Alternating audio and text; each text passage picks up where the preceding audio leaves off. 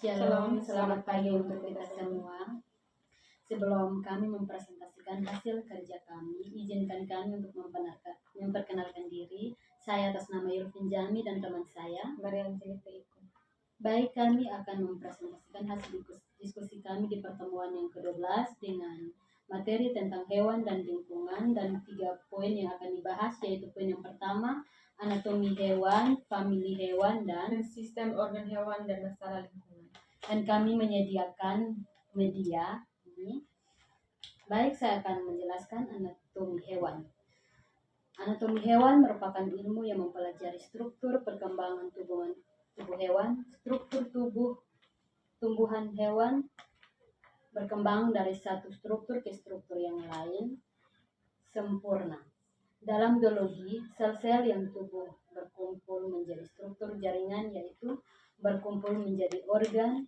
Organ dalam hewan dapat dilibatkan melalui pembedaharaan, yaitu kemudian dapat dipelajari struktur dan fungsi masing-masing organ. Anatomi hewan merupakan diklasifikasikan menjadi beberapa bagian, yaitu yang pertama, osteologi. Osteologi adalah bagian anatomi yang berhubungan dengan struktur, bentuk, dan perkembangan tulang.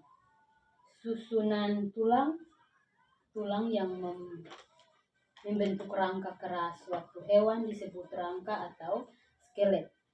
Secara umum ada 4 klasifikasi bentuk tulang, yaitu ossa longa atau tulang panjang, ossa plana atau tulang pipi, ossa brevis atau tulang pendek, dan ossa tidak beraturan atau tulang tidak beraturan.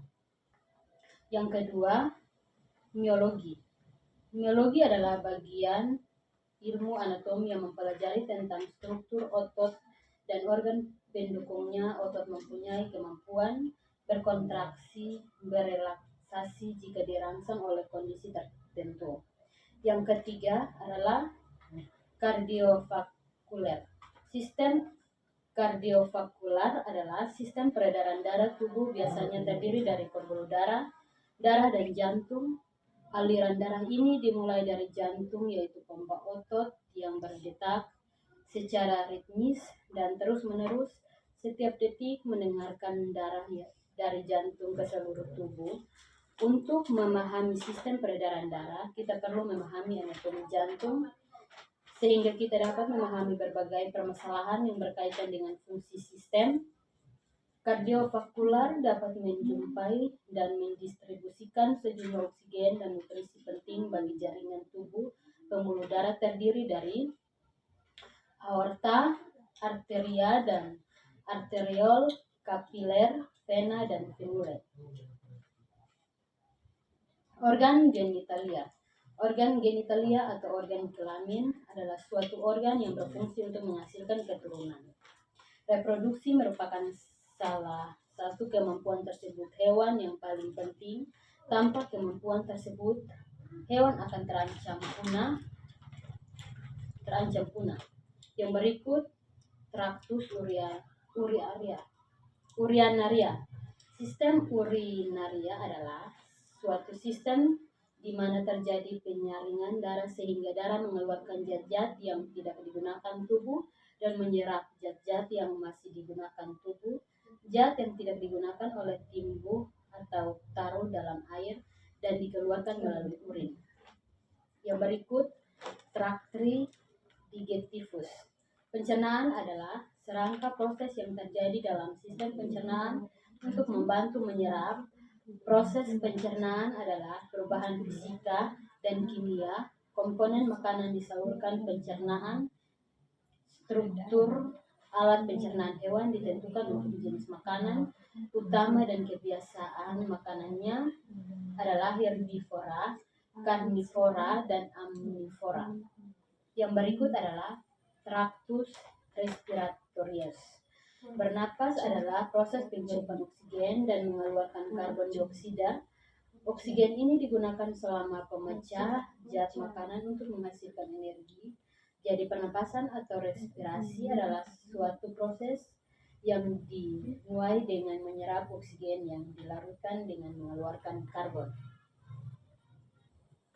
Baik, saya akan melanjutkan poin yang kedua, yaitu tentang famili hewan.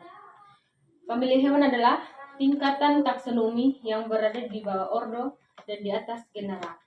Contoh dari famili hewan dalam taksonomi, yang pertama itu Felidae adalah keluarga yang beranggotakan kucing, macan, singa, cheetah, dan harimau. Yang kedua, Canidae adalah famili yang beranggotakan anjing, anjing hutan, rubah, dan serigala. Yang ketiga adalah Mustelidae adalah keluarga yang beranggotakan musang dan berang-berang. Yang keempat, Oteridae adalah keluarga yang beranggotakan anjing laut dan singa laut. Yang kelima tentang Apiaceae adalah famili tumbuhan yang beranggotakan seledri, wortel, dan pitsai. Yang keenam adalah Poaceae adalah keluarga yang tumbuhan yang beranggotakan rumput, bambu, padi, jagung, tebu, gandum, dan sorghum. Baik, kita akan masuk di poin yang ketiga, yaitu tentang sistem organ hewan dan masalah lingkungan. Yang pertama, sistem pernapasan. Semua sel membutuhkan oksigen, bahan penting untuk mengekstraksi energi dari senyawa organik. Hewan memperoleh oksigen dari lingkungannya melalui sistem pernapasan. Yang kedua, sistem peredaran darah. Hewan vertebrata menyuplai oksigen ke selnya melalui sistem peredarannya, yaitu jaringan arteri.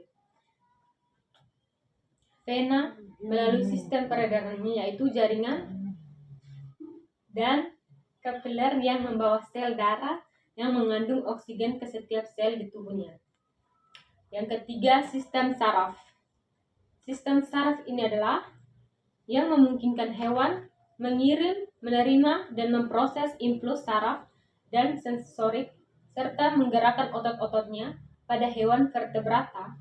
Sistem ini dapat dibagi menjadi 3 komponen utama. Yang pertama, sistem saraf pusat yang meliputi otak dan sumsum tulang belakang dan membawa sinyal saraf ke otak-otak yang jauh. Yang keempat, sistem pencernaan.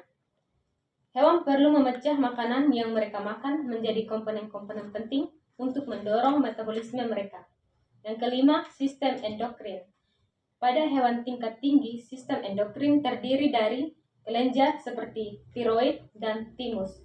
Dan hormon yang dikeluarkan kelenjar ini mempengaruhi atau mengontrol berbagai fungsi tubuh, termasuk metabolisme, pertumbuhan, dan reproduksi. Yang keenam, sistem reproduksi.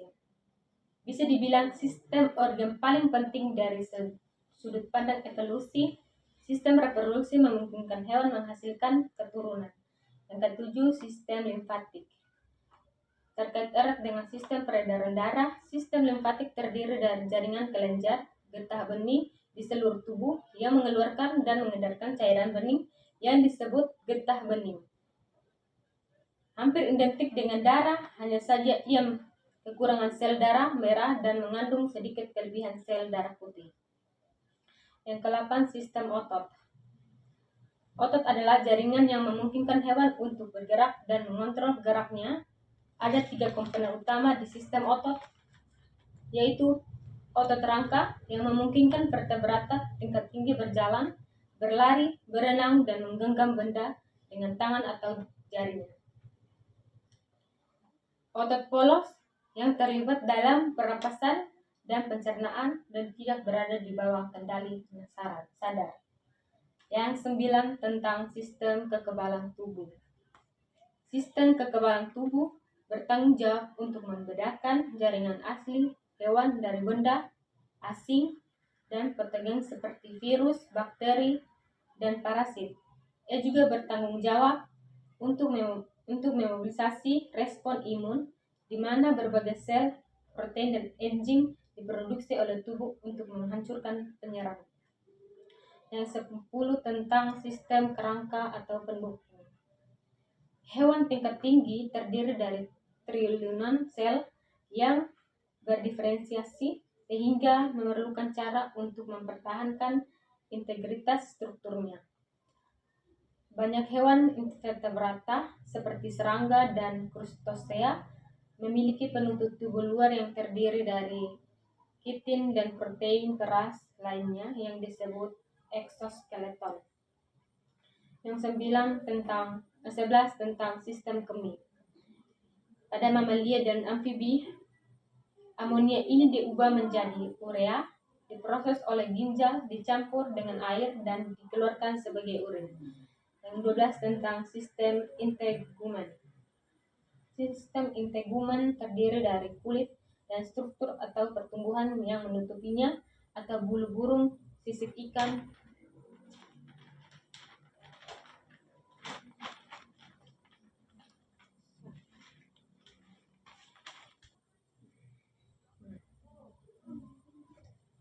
serta contoh kuku dan sejenisnya. Fungsi integumen adalah untuk melindungi hewan dari bahaya lingkungannya. Saya akan melanjutkan masalah lingkungan. Yang pertama, kerusakan lingkungan dan meningkatkan jumlah hewan yang terancam punah berkaitan erat dengan munculnya wajah. Baik, saya akan melanjutkan masalah lingkungan. Itu terbagi atas dua. Yang pertama, kerusakan lingkungan dan meningkatkan jumlah hewan yang terancam punah berkaitan erat dengan munculnya wadah penyakit. Untuk mengatasi masalahnya, ini penting untuk menjaga kebersihan lingkungan, mengurangi pencemaran, dan melindungi habitat satwa. Yang kedua, pencemaran udara disebabkan oleh gas yang dihasilkan oleh kendaraan bermotor dan kotoran hewan seperti karbon monoksida. Baik, ini hasil kerja kami. Sekian dan terima kasih.